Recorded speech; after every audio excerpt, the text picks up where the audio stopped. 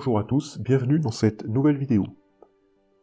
Pour résumer l'ensemble de mes anciennes vidéos, quel est l'essentiel au moment de mourir?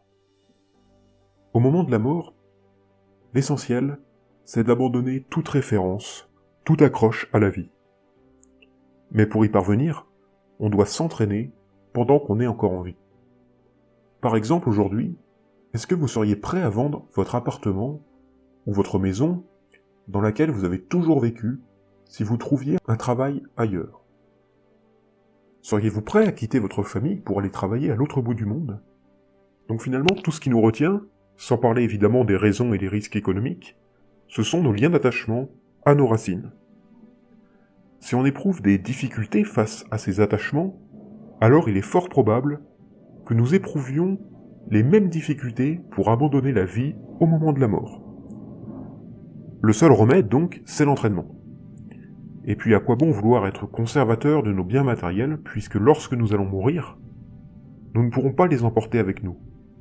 Autant se servir de ces biens pour améliorer notre karma, en faisant des héritages ou en distribuant à ceux qui en ont besoin. Des maîtres spirituels utilisent même certains de leurs biens pour préparer leur prochaine renaissance, en donnant des consignes aux autres maîtres pour qu'ils puissent faire en sorte de leur redonner après leur mort. C'est dire à quel point leur préparation est si sérieuse. Dans tous les cas, un héritage se prépare à l'avance. Nous devons être sûrs de ce que nous léguerons et à qui. On écrit souvent un testament pour ça, mais si on oublie ce testament ou que celui-ci n'est pas clairement explicite, nous pourrions voir nos proches se disputer lorsque nous nous retrouverons dans l'une de ces phases transitives qui suivra la mort. On aura l'occasion d'en parler très bientôt. L'intérêt de ce testament, c'est donc d'expliquer clairement ce que l'on souhaite. Il permet aussi d'avoir l'esprit apaisé et de partir sans regret et sans point d'accroche à la vie. Alors je vais peut-être vous dire une chose qui va vous paraître improbable, mais les maîtres spirituels conseillent, au moment de notre mort, et surtout pour nous qui ne sommes pas correctement préparés à mourir, d'entamer le processus de la mort sans notre famille, car il symbolise tout ce que nous aimons dans cette vie, et la famille représente un point d'accroche pour nous convaincre de rester en vie, quand bien même on ne peut plus rien y faire. Avec la présence de la famille, les émotions sont plus intenses, et peuvent donc impacter notre état d'esprit au moment de mourir. Ce cas s'applique d'ailleurs à beaucoup de choses dans la vie. Combien de fois est-il plus difficile d'être avec ses parents dans certaines situations de la vie que tout seul? N'est-il pas plus émotif pour nous que de voir notre mère chagrinée lorsqu'on prend le train pour un départ de longue durée? N'est-ce pas préférable de partir seul et de se dire au revoir plus tôt pour éviter une vive émotion?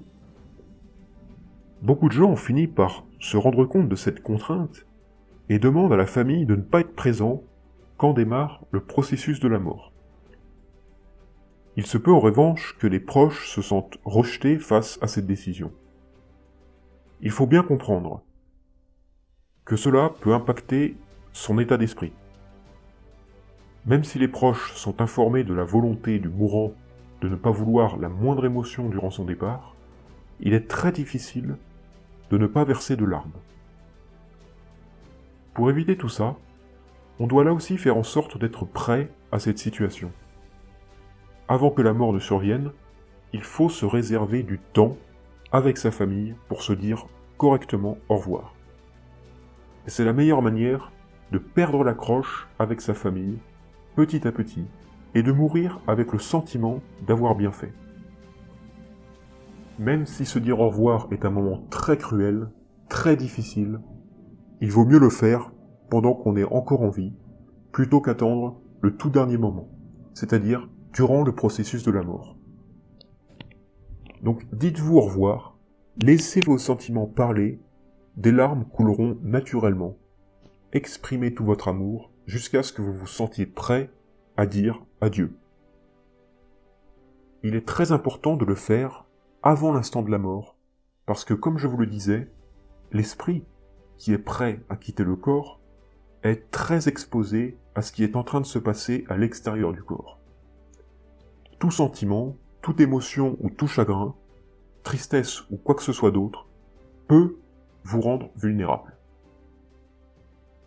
Les maîtres spirituels disent que, pour l'esprit du mourant, tout chagrin et toute larme sont pour lui comparables à une tempête orageuse et pluvieuse. Si vous avez déjà pleuré pendant l'instant de la mort de quelqu'un, sachez que l'important, c'est que ça part d'un sentiment positif. Vous avez aimé l'être qui vous était cher, et l'amour est l'un des plus honorables sentiments positifs. On ne doit avoir aucun regret pour avoir déjà pleuré quelqu'un pendant le processus de la mort. Et je termine là-dessus, je vous remercie pour votre écoute, n'hésitez pas à vous abonner si vous ne souhaitez louper aucune autre vidéo, et en attendant on se retrouve la semaine prochaine pour une toute nouvelle vidéo.